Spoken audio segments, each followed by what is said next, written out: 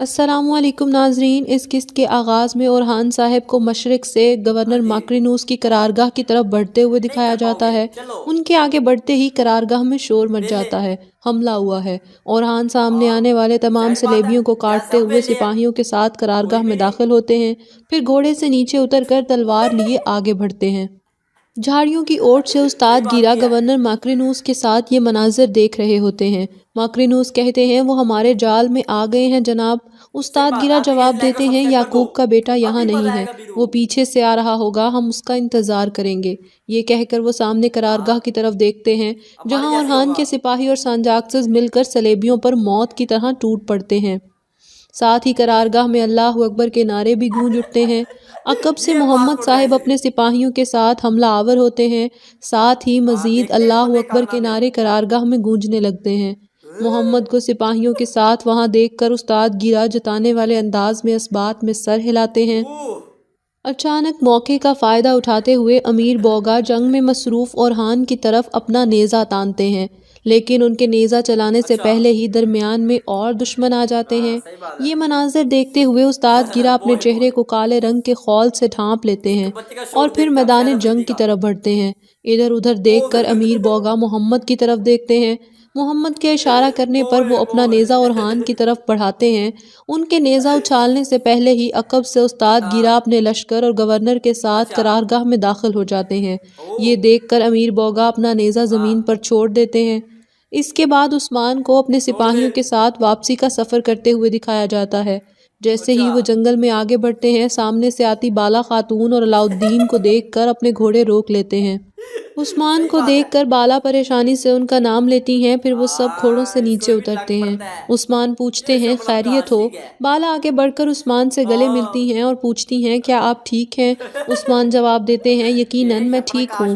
علاء الدین بھی عثمان سے گلے لگتے ہیں۔ عثمان کہتے ہیں فکر نہ کریں، بتائیں آپ سب یہاں کیا کر رہے ہیں؟ بالا بتاتی ہیں ہمیں آپ کی فکر تھی جناب۔ عثمان جواب دیتے ہیں میں ٹھیک ہوں لیکن تم صرف اس لیے میرے پیچھے تو نہیں آؤ گے، بتاؤ کیا ہوا؟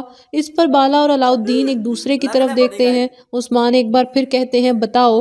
علاء الدین کہتے ہیں سوگوت، صلیبیوں نے سوگوت پر حملہ کیا جناب۔ عثمان غصے سے پوچھتے ہیں یہ کیا کہہ رہے ہو؟ علاء الدین بتاتے ہیں اللہ کا شکر ہے ہم نے دفاع کیا لیکن کافی لوگ زخمی ہیں۔ عثمان کہتے ہیں وہ سب اس کی قیمت ادا کریں گے، وہ سب، بتاؤ کیا جانی نقصان ہوا، سب ٹھیک ہیں؟ علاء الدین بتاتے ہیں ماں اور باجیان کی بدولت سب لوگ ٹھیک ہیں۔ عثمان بالا کے چہرے پر ہاتھ رکھ کر کہتے ہیں میرے کفتوس تم پھر چھا گئی، جیتی رہو، تم ہمیشہ میرے پیچھے کھڑی رہی اور اب پھر حفاظت کی۔ بالا جواب دیتی ہیں استغفر اللہ عثمان، اگر علاء الدین اور گونجا نہ ہوتے یہ ہمارے لیے بہت مشکل ہوتا۔ عثمان علاء الدین کا سینہ تھپ تھپا کر کہتے ہیں بیٹا۔ بالا بتاتی ہیں لیکن ایک اور بڑا مسئلہ ہے۔ عثمان پوچھتے ہیں کیا؟ بالا بتاتی ہیں یعقوب صاحب، وہ اب حالات سے فائدہ اٹھاتے ہوئے یعنی شہر چلے گئے۔ یہ سن کر عثمان ایک بار پھر غصے میں آ جاتے ہیں۔ عثمان کہتے ہیں یعقوب صاحب وہ موقع ملتے ہی زخموں پر نمک چھڑکتے ہیں، وہ صرف ہمارے منہ موڑنے کا انتظار کر رہے ہیں، ہم دیکھیں گے۔ بالا وہ سونا جو منگول لینا چاہتے ہیں اس گھوڑا گاڑی میں ہے، اسے سوگوت لے جاؤ، تم میرے ساتھ آؤ گے علاء الدین، ہم یعنی شہر جا رہے ہیں۔ وہ کھیل کھیلنے اور ہمیں دھوکہ دینے کی کوشش کر رہے ہیں، ہمیں یہ جاننے کی ضرورت ہے کہ وہ کیا کھیل کھیل رہے ہیں۔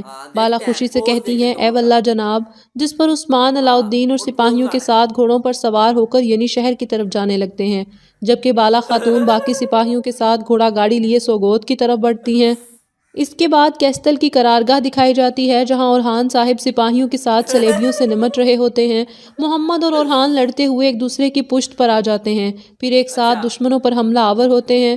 اورحان کہتے ہیں یہ وقت اپنا غصہ کفار پر نکالنے کا وقت ہے محمد صاحب۔ محمد جواب دیتے ہیں تمہارے لیے بھی لڑائی کا اچھا موقع ہے اورحان۔ ایک اور صلیبی کی گردن اتارتے ہوئے وہ دونوں پلٹ کر ایک دوسرے کی طرف دیکھتے ہیں، پھر دوبارہ سے جنگ کی طرف مشغول ہو جاتے ہیں۔ استاد گیرا بھی اپنے چہرے کو کالے خول میں ڈھانپے کائی اور درمیان سپاہیوں سے نمٹ رہے ہوتے ہیں۔ اورحان اپنی تلوار لیے استاد گیرا کے سامنے آتے ہیں اور پہلے ہی وار کے بعد پاؤں سے انہیں پیچھے دھکیل دیتے ہیں۔ استاد گیرا ایک لمحہ ٹھہر کر ایک بار پھر تلوار لیے اورحان پر حملہ آور ہوتے ہیں۔ اس بار بھی اورحان کے کئی بار پسپا کرتے ہوئے اپنے ہاتھ سے ان کے بازو پر ضرب لگاتے ہیں۔ اگلے لمحے استاد گیرا کی تلوار اورحان کے بازو کو زخمی کر دیتی ہے۔ جنگ لڑتے ہوئے محمد بھی اچانک صلیبی سپاہیوں کے نرغے میں آ جاتے ہیں۔ اپنی حکمت عملی سے استاد گیرا چاروں طرف سے ان دونوں کو گھیر لیتے ہیں۔ اورحان اور محمد ایک دوسرے کی طرف دیکھتے ہیں۔ گورنر ماکرینوس کہتے ہیں، سرداران کے بگڑے ہوئے بیٹوں، یا تو ہتھیار ڈالو گے یا تمہارے بابا تمہیں کھو دیں گے۔ اورحان غصے سے کہتے ہیں، میں تمہاری جان لے لوں گا، میں تمہاری جان لے لوں گا۔ اس پر گورنر ماکرینوس طنز سے ہنسنے لگتے ہیں۔ اس کے بعد ینی شہر دکھایا جاتا ہے، جہاں یعقوب صاحب سعادت خاتون کے ساتھ محل کی راہداری میں آتے ہیں۔ انہیں وہاں دیکھ کر تمام سپاہی آداب کرتے ہیں۔ ایک دوسرے کی طرف دیکھ کر مسکراتے ہوئے وہ دونوں آگے کی طرف بڑھتے ہیں۔ سامنے سے آتی خواتین جھک کر انہیں آداب کرتی ہیں اور ان کے لیے راستہ چھوڑ دیتی ہیں۔ تبھی ایک سپاہی بتاتے ہیں، ترکمان سرداران ینی شہر میں داخل ہو چکے ہیں میرے سلطان۔ یعقوب صاحب جواب دیتے ہیں، بہتر، اور مسکرا کر سعادت خاتون کی طرف دیکھتے ہیں۔ سعادت خاتون کے چہرے پر بھی فاتحانہ تاثرات آ جاتے ہیں۔ محل کے باہر کانیوماز حکم دیتا ہے، تمام پرچم درمیان کی شان والے پرچم سے بدل دو۔ سپاہی سیڑھی لیے آگے آتے ہیں، جس پر کئی سپاہی کہتے ہیں، ہمارے پرچم ہمارے پاس امانت ہیں، یہ مقدس ہے، رکو۔ جس پر کانیوماز سپاہیوں کی طرف گھور کر دیکھتا ہے۔ تبھی بوران بائندر کے ساتھ محل سے باہر آتے ہیں۔ بوران پوچھتے ہیں، تمہیں کیا لگتا ہے تم کیا کر رہے ہو؟ میں تمہیں کائی پرچم اتارنے نہیں دوں گا۔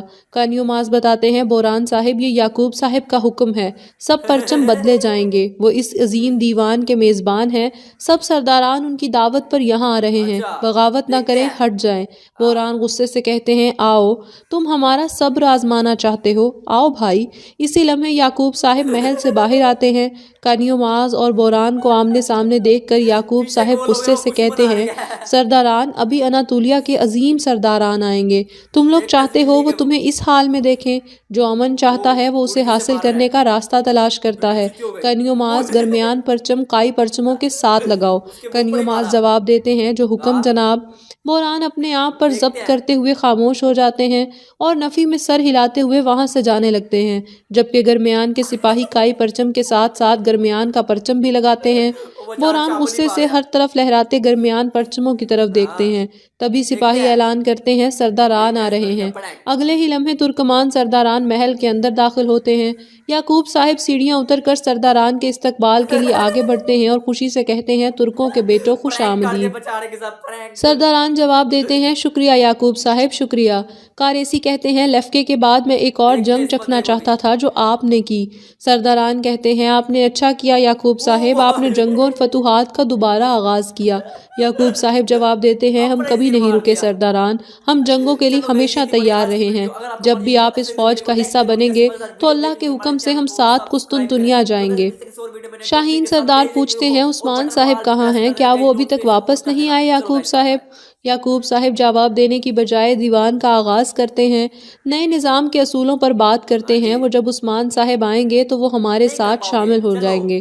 سرداران کہتے ہیں، اے واللہ، سب لوگ آگے بڑھ کر فرشی نشستوں پر براجمان ہو جاتے ہیں، جبکہ اس وقت میں عثمان صاحب اپنے سپاہیوں کے ساتھ تیزی سے ینی شہر کی طرف بڑھ رہے ہوتے ہیں۔ دیوان میں موجود یعقوب صاحب کہتے ہیں، وہ فوجیں جو صرف فتوحات کے وقت جمع ہوتی ہیں، ان کا اختتام ہوگا۔ ہر سردار اپنے قبیلے میں سپاہیوں کی تربیت کرے گا، ان سپاہیوں کی طرح جن کا واحد فرض جنگ ہے۔ ان کی اجرت مال غنیمت سے نہیں، سرداران کے ذاتی خزانے سے پوری کی جائے گی۔ وہ سب سرحدوں میں میری اس فوج میں شامل ہوں گے۔ کاریسی پوچھتے ہیں، ہم کتنے سپاہیوں کی بات کر رہے ہیں؟ یعقوب صاحب جواب دیتے ہیں، ہر سردار اپنی طاقت کے مطابق سپاہیوں کی تربیت کرے گا۔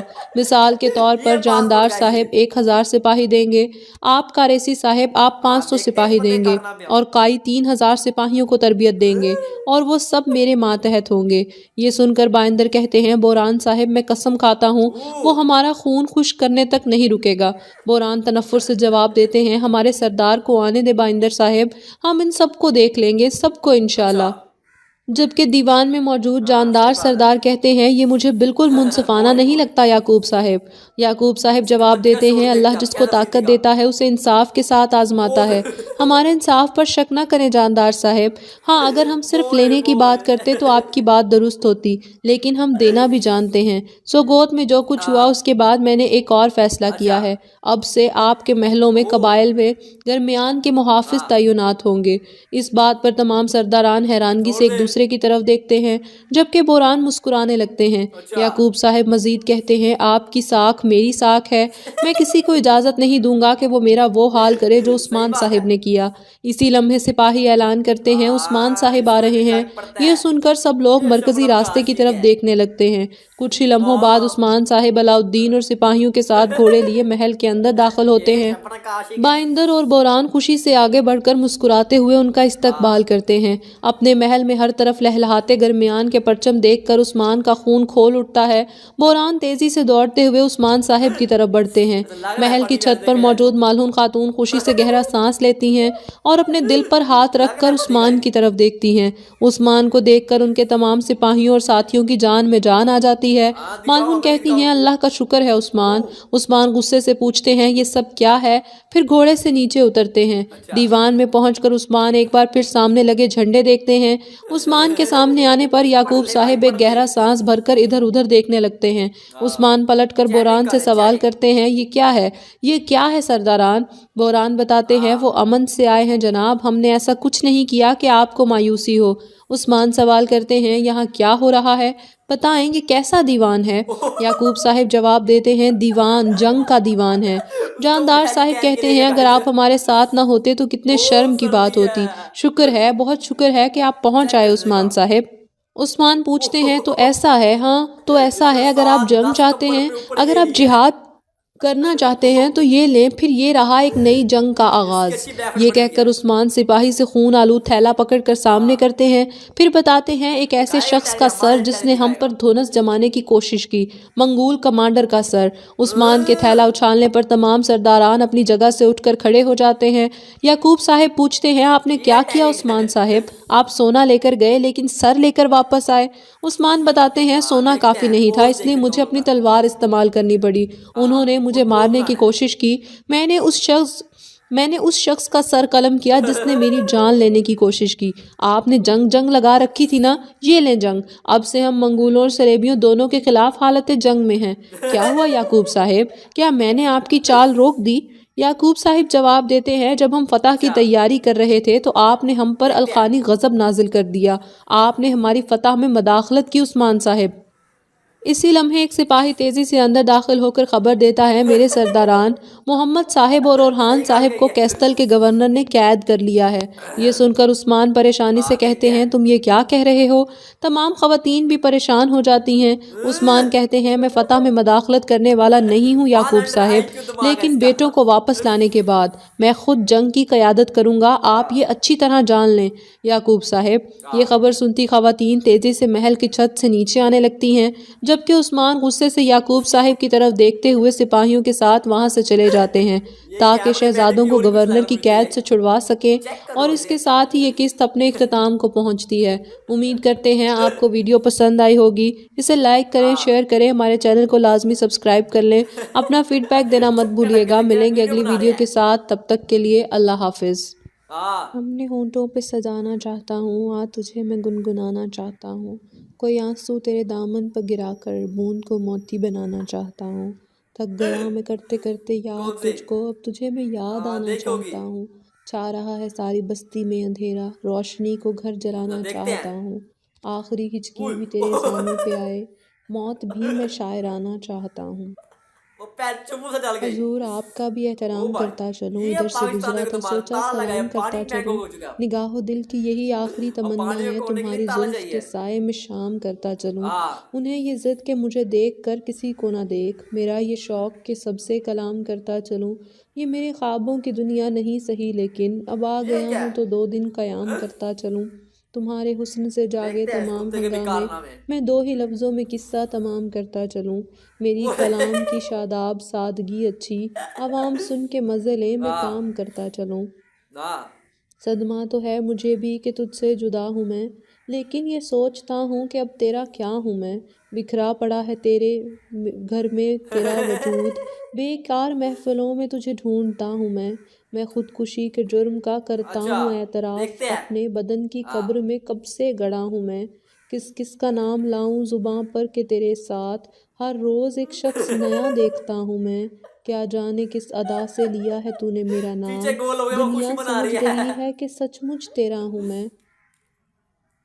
پہنچا جو تیرے در پہ تو محسوس یہ ہوا، لمبی سی ایک قطار میں جیسے کھڑا ہوں میں، لے میرے تجربوں سے سبق اے میرے رقیب، 2-4 سال عمر میں تجھ سے بڑا ہوں میں، جاگا ہوا ضمیر وہ آئینہ ہے قتیل، سونے سے پہلے روز جسے دیکھتا ہوں میں، غم کی بارش نے بھی تیرے نقش کو دھویا نہیں، تو نے مجھ کو کھو دیا میں نے تجھے کھویا نہیں، نیند کا ہلکا گلابی سا خمار آنکھوں میں تھا، یوں لگا وہ شب کو دیر تک سویا نہیں، ہر طرف دیوار در اور ان میں آنکھوں کے ہجوم، کہہ سکے جو دل کی حالت وہ لب گویا نہیں، جرم آدم نے کیا اور نسل آدم کو سزا، کاٹتا ہوں زندگی بھر میں نے جو بویا نہیں، جانتا ہوں ایک ایسے شخص کو میں بھی منیر، غم سے پتھر ہو گیا لیکن رویا نہیں، دیار دل کی رات میں چراغ سا جلا گیا، ملا نہیں تو کیا ہوا وہ شکل تو دکھا گیا، جدائیوں کے زخم درد زندگی نے بھر دیے، تجھے بھی نیند آ گئی مجھے بھی صبر آ گیا، یہ صبح کی سفیدیاں یہ دوپہر کی زردیاں، اب آئینے میں دیکھتا ہوں میں کہاں چلا گیا، پکارتی ہیں فرصتیں کہاں گئی وہ صحبتیں، زمین نگل گئی انہیں یا آسمان کھا گیا، وہ دوستی تو خیر اب نصیب دشمنا ہوئی، وہ چھوٹی چھوٹی رنجشوں کا لطف بھی چلا گیا، یہ کس خوشی کی رت پر غموں کی نیند آ گئی، وہ لہر کس طرف گئی یہ میں کہاں سما گیا، گئے دنوں کی لاش پر پڑے رہو گے کب تلک، اٹھو عمر کشوں کے آفتاب سر پہ آ گیا، زندگی خاک نہ تھی خاک اڑاتے گزری، تجھ سے کیا کہتے تیرے پاس جو آتے گزری، دن جو گزرا تو کسی یاد کی رو میں گزرا، شام آئی تو کوئی خواب دکھاتے گزری، اچھے وقتوں کی تمنا میں رہی عمر رواں، وقت ایسا تھا کہ بس ناز اٹھاتے گزری، زندگی نام ادھر ہے کسی سرشاری کا اور ادھر دور سے ایک آس لگاتے گزری، بار بار چونک سی جاتی ہے مسافت دل کس کی آواز تھی یہ کس کو بلاتے گزری، ردیف کافی اکثر بنا کر چھوڑ دیتا ہوں، کبھی مصرے پہ ایک گرہا لگا کر چھوڑ دیتا ہوں، اگر محسوس ہو جائے کہ محفل پر گراں ہے یہ تو موضوع کو ذرا سا مسکرا کر چھوڑ دیتا ہوں، نہ ہوں راضی کسی کی بات سے تو رد نہیں کرتا، ذہن کے ایک کونے میں بٹھا کر چھوڑ دیتا ہوں، گلے سے یوں لگاتا دوستوں کو غیر بیٹھے ہوں تو ان سے ہاتھ ہلکے سے ملا کر چھوڑ دیتا ہوں، صحیح بات ہے بوئے اس کے بچے کا شوٹ دیکھتے آپ شاید کبھی افریدی کا بھولے سے بھی مجھ پر کوئی تنقید کر بیٹھے تو رشتوں کو بہت ہی تل ملا کر چھوڑ دیتا ہوں، نہ ہو طبیعت یا موقع صاف کہنے کا اگر کمبر، ذہن کی بات کو ہونٹوں پہ لا کر چھوڑ دیتا ہوں، مسکراہٹ ادھار دینا ذرا کچھ ستارے خریدنے ہیں مجھے، ایک آنسو کا مول کیا لوگے آج سارے خریدنے ہیں مجھے، بول تتلی کے دام کتنے ہیں رنگ پیارے خریدنے ہیں مجھے، سرخوشی میں جو بیچ آیا تھا غم وہ سارے خریدنے ہیں مجھے، زندگی کے جوار بھاٹے سے کچھ شرارے خریدنے ہیں مجھے، میں سمندر خرید بیٹھا ہوں اب کنارے خریدنے ہیں مجھے، وہ دل نواز ہے لیکن نظر شناس نہیں، میرا علاج میرے چارہ گر کے پاس نہیں، تڑپ رہے ہیں زباں پر کئی سوال مگر میرے لیے کوئی شایان التماس نہیں، تیرے جلووں میں بھی دل کانپ کانپ اٹھتا ہے، میرے مزاج کو آسودگی بھی راس نہیں، کبھی کبھی جو تیرے قرب میں گزارے تھے اب ان دنوں کا تصور بھی میرے پاس نہیں، گزر رہے ہیں عجب مرحلوں سے دیدہ و دل، سحر کی آس تو ہے زندگی کی آس نہیں، مجھے یہ ڈر ہے تیری آرزو نہ مٹ جائے، بہت دنوں سے طبیعت میری اداس نہیں، تیری ہر بات محبت میں گوارا کر کے، دل کے بازار میں بیٹھے ہیں خسارہ کر کے، آتے جاتے ہیں کئی رنگ میرے چہرے پر، لوگ لیتے ہیں مزہ ذکر تمہارا کر کے، ایک چنگاری نظر آئی تھی بستی میں اسے، وہ الگ ہٹ گیا آندھی کو اشارہ کر کے، آسمانوں کی طرف پھینک دیا ہے میں نے چند مٹی کے چراغوں کو ستارہ کر کے، میں وہ دریا ہوں کہ ہر بوند بھنور ہے جس کی تم نے اچھا ہی کیا مجھ سے کنارہ کر کے، منتظر ہوں کہ ستاروں کی ذرا آنکھ لگے، چاند کو چھت پہ بلا لوں گا اشارہ کر کے، جذب کامل کو اثر اپنا دکھا دینا تھا، میرے پہلو میں انہیں لا کے بٹھا دینا تھا، کچھ تو دینا تھا ہمیں تیرے تغافل کا جواب، یا خدا بن کے تجھے دل سے بھلا دینا تھا، تم جو افسردہ ہوئے من کے میرا حال سو کیوں سرسری طور سے باتوں میں اڑا دینا تھا، طائر جہاں کے سوا کس کو بناتے قاصد، اس ستمگر کو پیغام وفا دینا تھا، رنجشیں باز و نازک کی ضرورت کیا تھی، مجھ کو ایک جنبش ابرو سے مٹا دینا تھا، کبھی کسی کو مکمل جہاں نہیں ملتا، کہیں زمین تو کہیں آسمان نہیں ملتا،